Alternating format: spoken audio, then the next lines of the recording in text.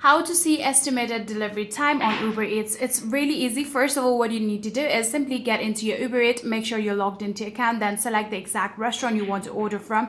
Let's just say I want to order from Taco Bell. I'm going to open their restaurant panel, right? So in here, you will actually be able to see their estimated time just on the top right here, available in 59 minutes, just like this. So right here, actually you would also be able to see the delivery time right here, estimated delivery time. But since this place is closed, we're not being able to see it. Let's go back and open some other store just like this. Let's just go with Bagel Market in here, and in here you'll be able to see that estimated time just right here. You can see this is the pickup